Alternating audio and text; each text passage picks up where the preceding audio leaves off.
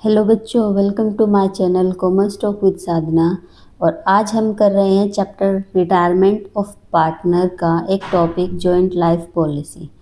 देखिए, retirement of chapter हमने कल फिनिश कर दिया है, कंप्लीट हो गया था हमारा, लेकिन एक टॉपिक है जॉइंट लाइफ पॉलिसी जो मैंने कल करा दिया है। फिर भी काफ़ी सारे स्टूडेंट्स के इसमें बहुत कन्फ्यूज़न रहता है। छोटा सा टॉपिक है लेकिन फिर भी क्या है, सही से समझ नहीं आता। तो आज मैं इसकी कंसेप्ट क्लैरिटी के लिए मैं इसको क्या है, इस टॉपिक को कराऊंगी। और ये आपको सीए फाउंडेशन जब आप आगे करोगे ना, सीए अगर कोई बच्चा सीए लाइन में जाना चाहता है तो वहाँ पे भी ये टॉपिक मिलेगा, वहाँ और ज़्यादा वास्ट है। 12th के बेस पे ये थोड़ा सा शॉर्ट में दे रखा है, ठीक है। तो सबसे पहले जॉइंट लाइफ पॉलिसी होता क्या है हम ये देख लेते हैं। जॉइंट लाइफ पॉलिसी होता है, जॉइंट मतलब इकट्ठे, ठीक है। तो जॉइंट लाइफ पॉलिसी में ये है कि जैसे ये फर्म है, अब फर्म में 3 पार्टनर्स हैं। अब फर्म ने क्या किया, फर्म ने अपने तीनों पार्टनर्स की क्या ले ली, एक जॉइंट लाइफ पॉलिसी तीनों की, ठीक है। क्यों लिया, मान लो बाय चांस किसी की डेथ हो गई या कोई जाने लग गया फर्म से, तो वो अपना शेयर लेके जाएगा। और फर्म एकदम से अब इतना पैसा कैसे देगी, जैसे मान लो कोई पार्टनर जा रहा है, उसके 35 लाख देने हैं, तो रोज़ाना बिजनेस में क्या 35 लाख ऐसे तो रखे नहीं रहते ना। तो इसीलिए फर्म क्या करती है, एक जॉइंट लाइफ पॉलिसी बनाती है कि अगर अनसर्टेन किसी भी पार्टनर की डेथ होती है तो क्लेम वहाँ से मिल सके, फर्म जो है वो कोप अप कर सके, ठीक है जी। तो इसीलिए जॉइंट लाइफ पॉलिसी ली जाती है। तो जॉइंट लाइफ पॉलिसी है क्या, प्रीमियम कौन पे करेगा, इसका प्रीमियम फर्म ही पे करेगी और फर्म ही इसकी बेनिफिशियरी है। ये मैंने आपको लास्ट लेक्चर में भी बताया था, ओके। तो जॉइंटली ली जाती है पार्टनर्स की, और फर्म क्या है, प्रीमियम पे करती है इंश्योरेंस कंपनी को। और insurance the amount received from policy is use to compensate, तो जो पॉलिसी के बाद पैसा मिलेगा वो उस डिसीज पार्टनर को कंपनसेट करने में क्या है, हेल्प करता है। क्यों ज़रूरत पड़ती है इसकी, ताकि फाइनेंशियल सिक्योरिटी मिल सके, हम इजीली फंड्स को अरेंज कर पाए when death of a partner happens, ठीक है। और हमारा जो बिजनेस है वो भी ज़्यादा इफेक्ट नहीं होता, हमारे बिजनेस में स्टेबिलिटी आई रहती है और अब कोई भी फाइनेंशियल बर्डन ज़्यादा नहीं पड़ता। मान लो अभी इन पार्टनर की डेथ हो गई एक ही, तो बी और सी पे तो बर्डन पड़ गया ना। अब जो एक ही कैपिटल देनी है या जो सारे रिजर्व सरप्लस प्लस करके देने हैं वो सारे, अब अगर पॉलिसी नहीं है तो कैसे देंगे, बी और सी अपनी तरफ से देने पड़ेंगे, उनको लॉस होगा। तो इसीलिए क्या है, एक पॉलिसी पहले से ही लेके रखते हैं ताकि जो कंटिन्यूइंग या सर्वाइविंग पार्टनर है उन पे ज़्यादा फाइनेंशियल बर्डन ना आए। क्लियर। सबसे पहले आपको मीनिंग समझ आना चाहिए, कंसेप्ट क्या है, उसके बाद हम पढ़ेंगे। अब देखो, इसके बाद ना कुछ इंपॉर्टेंट टर्म्स है, मैं पहले वो आपको बता देती हूँ, उसके बाद हम जनरल एंट्रीज या क्या क्या ट्रीटमेंट है, कैसे करते हैं, वो सब बताएंगे। सबसे पहले प्रीमियम क्या होता है, वो अमाउंट जो हर साल इंश्योरेंस कंपनी को दिया जाता है by firm, okay. Policy amount क्या है, मैच्योरिटी के टाइम पे जो टोटल मिलेगा पैसा उसको पॉलिसी अमाउंट बोलते हैं, या फिर सम एश्योर्ड भी बोलते हैं। Got it. सरेंडर वैल्यू क्या है, देखो सरेंडर मतलब मैच्योरिटी से पहले ही अगर हम अपनी पॉलिसी को क्या कर देते हैं, डिसकंटिन्यू कर देते हैं कि भाई हमें ये पॉलिसी नहीं चलानी, तो उस पे जो हमको पैसा मिलता है उसको हम सरेंडर वैल्यू बोलते हैं। और ये ना, मान लो ये फर्म है, ठीक है, फर्म ने प्रीमियम दिया 10-10 हज़ार दिया 2 साल तक, टोटल अभी तक प्रीमियम कितना हो गया, 20,000। मैच्योरिटी थी 10 ईयर्स की मान लो, ठीक है। तो 10 ईयर्स की मैच्योरिटी थी, लेकिन अब फर्म में से ना एक पार्टनर जा रहा है, तो पॉलिसी का तो मतलब ही नहीं बचा। जब एक पार्टनर रिटायर होके जा रहा है, 2 पार्टनर बचे, तो वो तीसरे की पॉलिसी क्यों रखेंगे अब, ठीक है। तो अब ये क्या करते हैं कि हम, तो ये पार्टनर्स बोलते हैं इंश्योरेंस कंपनी को कि हमको अपनी जो है पॉलिसी वो क्या करनी है, सरेंडर करनी है। अब इंश्योरेंस कंपनी क्या करती है, अपनी पेनल्टी काट के कुछ अमाउंट, मान लो इसमें से इंश्योरेंस कंपनी ने 8,000 अपनी पेनल्टी काट ली, तो बाकी बचा जो 12,000 वो पार्टनर्स को दे देगी, ठीक है। और ये 12,000 पार्टनर्स अपने किस में लेंगे, पुराने रेशो में, पुराने रेशियो में बांटेंगे। ओके, इतना समझ आया? तो हमने ये सारे जो इम्पोर्टेंट, और मैच्योरिटी क्या है? मैच्योरिटी पीरियड, जितने टाइम के लिए हमने क्या लिया है, time up to policy is taken, जितने टाइम के लिए हमने पॉलिसी ली है उसको हम क्या बोलते हैं, मैच्योरिटी पीरियड। जैसे यहाँ पे 10 ईयर्स के लिए ली थी। ओके, ठीक है जी। अब आते हैं बहुत ही इम्पोर्टेंट कंसेप्ट पे, थोड़ा सा कंफ्यूजिंग है, तो ध्यान से अगर आप साथ साथ पढ़ते जाओगे, समझते जाओगे, तो कुछ भी कंफ्यूजिंग नहीं है। ठीक है, ध्यान से समझते जाना है। सबसे पहले देखो, हम कलर्स अलग अलग लेते हैं ताकि थोड़ा सा क्लियर रहे। हम अभी करेंगे अकाउंटिंग ट्रीटमेंट कैसे होता है, ठीक है, जीएलपी में। तो अकाउंटिंग ट्रीटमेंट के लिए आपको ये ध्यान रखना है कि हम ना 3 केसेस लेते हैं ज़्यादातर। हमारे पास क्या है, ज़्यादातर क्या 3 ही लेते हैं। यहाँ पे फर्स्ट केस है हमारा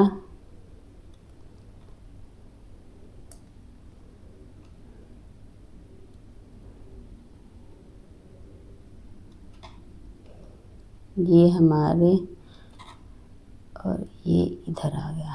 ओके, अभी हम 3 केस ले रहे हैं। सबसे पहला फर्स्ट केस हम लेते हैं जब हम जो हमारा प्रीमियम है ना उसको एक्सपेंस मानते हैं। प्रीमियम अभी मैंने बताया ना, जो ईयरली इंस्टॉलमेंट देते हैं हम उसको प्रीमियम बोलते हैं। तो अगर हम प्रीमियम को क्या ट्रीट करेंगे, एक्सपेंस, मतलब खर्चा है फर्म के लिए, ठीक है ना। तो नॉमिनल अकाउंट आप सबने पढ़ा होगा, तो खर्चा कहाँ जाता है, डेबिट में जाता है। तो इसमें क्या क्या एंट्री होगी, सबसे पहले जब पार्टनर्स जो प्रीमियम है वो दे रहे होंगे तो पैसा जा रहा है, तो GLP premium, joint life policy premium, account debit to क्या, पैसा गया ना, टू बैंक, ठीक है। और उसके बाद जो ये प्रीमियम है इसको कहाँ से चार्ज करेंगे, प्रॉफिट एंड लॉस से जाता है, तो profit and loss account debit to GLP premium. इतना समझ आया? ये तो है जब हम प्रीमियम पे कर रहे हैं। ओके, अब देखो अगर मैच्योरिटी होगी, ऑन मैच्योरिटी, दूसरा ले लेती हूँ ताकि ध्यान रहे, ऑन मैच्योरिटी, तो मैच्योरिटी के टाइम पे क्या होगा, जब पैसा मिलेगा तो बैंक अकाउंट डेबिट टू, तीनों में पार्टनर्स में जाएगा ना, टू ए कैपिटल और करंट, टू बी टू सी, ठीक है ना, कैपिटल अकाउंट। और किस में, पुरानी रेशियो में। ये क्या है मैच्योरिटी, मतलब ये कि अगर किसी पार्टनर की डेथ होती है तो मैच्योरिटी पे क्या ट्रीटमेंट होगा, ये होगा मैच्योरिटी पे जो हमको पैसा मिलेगा, जितने की हमने पॉलिसी कराई है, मान लो 2 लाख 3 लाख, तो वो टोटल ही मैच्योरिटी वाला अमाउंट मिलेगा, सबको ओल्ड रेशियो में बांट देंगे। इतना समझ आया? लेकिन हमारे पास एक केस और चलता है, कौन सा, रिटायरमेंट का, ठीक है। तो रिटायरमेंट के लिए हम ले लेते हैं, अगर मैच्योरिटी से पहले ही वो क्या करते हैं, अपनी जो पॉलिसी है उसको सरेंडर करेंगे, तो उसके लिए क्या रहेगा, रिटायरमेंट के टाइम पे क्या यूज़ होती है, सरेंडर वैल्यू, ठीक है ना। तो जो रिटायरमेंट के टाइम पे पैसा मिलेगा मतलब सरेंडर वैल्यू मिलेगी, सरेंडर वैल्यू हमेशा कम होती है, मैच्योरिटी जितनी नहीं मिलेगी। टू, वही same treatment, A is capital account, B is capital account, C is capital account, और वो भी किस में, पुरानी रेशियो में, ओल्ड रेशियो। Crystal clear? ये तो बहुत ही ईजी है फर्स्ट वाला, तो कि हमने क्या करा, इसको एक्सपेंस माना, और एक्सपेंस मानने के बाद हमने इसको क्या कर दिया, पहले ट्रीटमेंट, ये अकाउंटिंग जो ये प्रीमियम जो है उसको डेबिट कर दिया, फिर जो पैसा मिलेगा वो पार्टनर से कैपिटल अकाउंट में गया। अगर मैच्योरिटी पे जा रहा है तो पूरा पैसा मिलेगा, और अगर सरेंडर कर रहे हैं तो सिर्फ केवल सरेंडर वाली मिलेगी। समझ आया? ठीक है जी। अब हम अपना लेते हैं सेकंड केस। सेकंड केस क्या है, सेकंड केस है अगर हम जो है प्रीमियम उसको हम क्या ट्रीट करेंगे, एसेट, ठीक है ना, प्रीमियम एज एन एसेट, ठीक है। तो वो हम कहेंगे, और ये एसेट किस पे, सरेंडर वैल्यू पे। तो सबसे पहले क्या हम एंट्री करते हैं, सबसे पहले हम एंट्री करते हैं जेएलपी अकाउंट। अब इसमें आपको ये बात ध्यान रखने की, अगर हम एसेट मान चुके हैं तो जेएलपी अकाउंट ओपन होगा, ठीक है। और जेएलपी को हम क्या मान रहे हैं, एसेट मान रहे हैं। तो जेएलपी अकाउंट, मान लो हमने अभी आज इस साल का प्रीमियम 10,000 दिया है, तो प्रीमियम दिया है तो टू बैंक सेम 10,000 नरेशन आई कि हमने फर्स्ट प्रीमियम जो पे किया है, ठीक है। अब मान लो इसके जो प्रीमियम है ये हमारा क्या है 10,000, मैंने अभी आपको बताया। सरेंडर वैल्यू है हमारी 6,000 कि भाई अगर हम सरेंडर करते हैं तो ये होगा।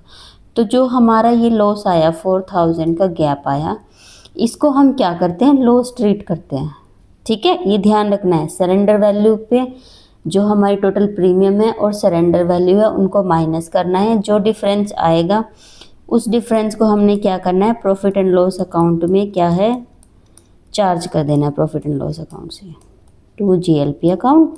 और कितने से, जो लॉस है केवल उससे डिफरेंस जो 4,000, ठीक है। तो ये क्या किया मैंने, JLP account minus surrender value, तो ये आ गया हमारे 10 माइनस 6,000, ठीक है। अब देखो जब एसेट मानना तो बैलेंस शीट में दिखाएंगी देगी, तो बैलेंस शीट में हम इसको दिखाते कैसे हैं, बैलेंस शीट में दिखाएंगे ये ऐसे हमारी बैलेंस शीट बनी। मान लो यहाँ पे लाइबिलिटीज़ है, ठीक है, एसेट है।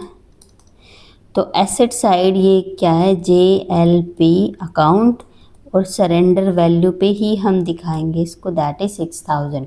ये क्वेश्चन में आपको ऐसे भी आ सकता है, ये आपको डेटा दिया जाएगा और आपको जो है बैलेंस शीट में डिपिक्ट करना है कि हम इसको कैसे लिखेंगे, या बैलेंस शीट में आएगा भी या नहीं आएगा।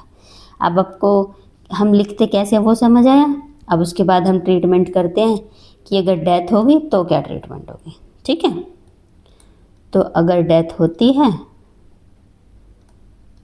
तो सेम वही पैसा मिलेगा, JLP account debit to A to B to C. जो मेन बात है ध्यान रखने की वो ये है कि कितना पैसा दिया जाएगा, ठीक है। तो जो मिलेगा टोटल, मान लो 1,00,000 की थी तो मिलेगा तो टोटल 1,00,000 ही, लेकिन उसमें से जो हमारे पास ऑलरेडी है वो माइनस करने के बाद ही जो बचा हुआ अमाउंट है वो हम बांटेंगे, क्लियर, और वो भी पुराने रेशियो में। समझ आया ना। तो इसमें तो हम टोटल बांट रहे थे, जितना मिला टोटल ही हमने डिस्ट्रीब्यूट कर दिया, लेकिन एसेट वाले में जब हमारे पास ऑलरेडी एसेट की वैल्यू दी हुई है 6,000 तो उसको माइनस करेंगे और उसके बाद जो बचेगा उसको हम क्या करेंगे, डिस्ट्रीब्यूट करेंगे। Got it.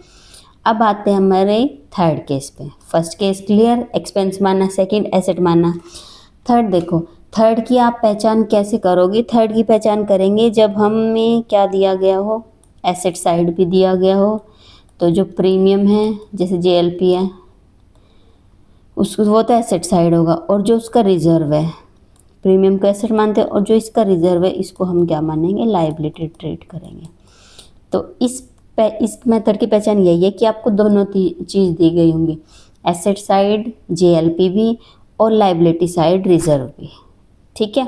तो इसमें आपको क्या करना है, जितना आपका प्रीमियम रहेगा उतने ही अमाउंट का हमको रिजर्व क्रिएट करना है। गॉट इट, सेम अमाउंट का। अब इसमें ना सेम तुमको यही करना है, फर्स्ट एंट्री प्रीमियम की जाएगी, फिर उतना ही रिजर्व क्रिएट होगा, ठीक है। और उसके बाद हम क्या करेंगे, जो ये 4,000 आया था ना इसकी तरह बिल्कुल सेम ऐसा ही, तो ये, लेकिन ये ट्रेड किससे होगा, ये होगा JLP reserve account to JLP account. कितना, 4,000 जो लॉस था या जो बैलेंस था, ठीक है। अब इसको बैलेंस शीट में दिखाएंगे कैसे, बैलेंस शीट सेम इसकी तरह बनेगी। एसेट साइड जो है वो हमारा जेएलपी रहेगा और लायबिलिटी साइड जो है वो हमारा रिजर्व रहेगा। ये जितना ये रहेगा, मान लो 6,000 है तो ये भी हमारी 6,000 ही रहेगी, ठीक है। सरेंडर वैल्यू पे है ना ये 6,000, तो 10,000 टोटल प्रीमियम था तो 4 माइनस करें तो 10 में से 6 गया, 4 माइनस जो लॉस आया वो उसको हम रिजर्व में डाल देते हैं, इतना समझ आया। तो ये दोनों सेकंड और थर्ड मेथड बिल्कुल सेम है, बस डिफरेंस क्या रहेगा कि इसमें जो है हमने जीएलपी अकाउंट यहाँ पर डिस्ट्रीब्यूट किया था तो वो क्लोज हो गया था। ये एंट्री तो आएगी ही आएगी, प्लस में एक एंट्री और आएगी, क्योंकि इसमें एक ही अकाउंट था जीएलपी अकाउंट, वो हमने ख़त्म कर दिया डेबिट करके। लेकिन इसमें ना रिजर्व अकाउंट भी है, तो रिजर्व अकाउंट को भी क्या करना है, हमको क्लोज करना पड़ेगा ना। तो क्लोज करने का जब ये वर्कमैन कंपनसेशन या जनरल रिजर्व इनकी तरह ही होगा, तो कैसे करते हैं उनको, GLP reserve debit to A to B to C in old ratio. Got it. तो आपको समझ आ गया होगा कि हमने क्या किया है, 3 मेथड्स किए हैं और इन तीनों मेथड्स में अलग अलग, एक में एक्सपेंस मानते हैं, एक में क्या है एसेट मानते हैं, ठीक है, और एक में रिजर्व अकाउंट क्रिएट होता है। अब मैं आपको ना एग्ज़ाम के लिए एक छोटी सी वो बता देती हूँ ट्रिक, एक आप याद रखिएगा, CBP रूल। CBP रूल क्या है, सबसे पहले आपको क्लेम रिसीव होगा, C स्टैंड्स फॉर क्लेम, फिर B स्टैंड्स फॉर आपको उस क्लेम को बुक वैल्यू के साथ कंपेयर करना है, बुक वैल्यू कंपैरिजन, और उसके बाद P मतलब प्रॉफिट, जो भी डिफरेंस आया वो प्रॉफिट होगा और वो पार्टनर्स में बढ़ जाएगा। कैसे, क्लेम रिसीव मान लो 1 लाख है, ठीक है, हमने अपनी उसमें जो सरेंडर वैल्यू है वो 14,000 लिखी हुई है, तो बचा हुआ जो 86,000 सरप्लस है ना, उसको हम क्या है प्रॉफिट ट्रीट करेंगे। Got it. तो उसको हम क्या बोलते हैं, CBP रूल बोलते हैं। तीनों मेथड्स की मैंने आपको पहचान बता दी कि अगर कोई भी जीएलपी अकाउंट नहीं है तो प्रीमियम और एक्सपेंसेस इक्वल होंगे, अगर जीएलपी अकाउंट है तो सरेंडर वैल्यू पे दिखाया जाएगा, और अगर रिज़र्व वाला है तो रिज़र्व को भी क्लोज किया जाएगा, और प्रॉफिट हमेशा किस पे डिस्ट्रीब्यूट होगा, ओल्ड प्रॉफिट शेयरिंग रेशियो पे। ओके। इसमें आप ये भी लिख सकते हो कि क्लेम अमाउंट अगर ज़्यादा हो बुक वैल्यू से, सेम ही है बुक वैल्यू से, ठीक है, तो भी हमारा क्या है प्रॉफिट हो जाता है। अब मैं आपको ये बता देती हूँ, if you want to take screenshot then you can take its screenshot. अब हम इसके बताएंगे हमारे पास क्वेश्चन क्या है, ठीक है। देखिए एक क्वेश्चन है, इसको हम पढ़ लेते हैं। ABC पार्टनर्स है, शेयरिंग प्रॉफिट रेशियो कितनी है इनकी, 3:1। द फर्म टेक जीएलपी 90,000 की है, एनुअल प्रीमियम भी दे रखा है, बी डाई मतलब मैच्योरिटी वाला केस है, ठीक है। तो सबसे पहले क्या है, joint life policy account debit to bank, ये किस चीज़ किया हमने, प्रीमियम पे किया 6,000 का, दे दिया जी। उसके बाद हमको क्लेम रिसीव हुआ, बिल्कुल आ गया क्लेम। अब बटेगा क्या, क्लेम और इसको माइनस करो, तो जो भी बचा उसको हम क्या कर देंगे, डिस्ट्रीब्यूट कर देंगे, और किस में, ओल्ड रेशियो में। Got it. तो हमेशा आपको ये ध्यान रखना है कि प्रॉफिट शेयरिंग रेशियो क्या है, ओल्ड रेशियो में ही बांटना है, और हमको प्रीमियम को कैसे ट्रीट करना है, सरेंडर वैल्यू एडजस्ट करनी है, बस ये 3 चीज़ों का ध्यान रखना है, ठीक है। प्रॉफिट शेयरिंग रेशियो, प्रीमियम को कैसे माना गया, सरेंडर वैल्यू एडजस्टमेंट क्या क्या है, ठीक है। जनरल एंट्रीज मैंने आपको बता ही चुकी हूँ मैं। आई होप अब ये टॉपिक आपका बिल्कुल क्लियर हो गया होगा। अगर अभी भी कोई डाउट है तो please tell me in the comments, I will try to resolve your all comments. Thank you, see you in the next class.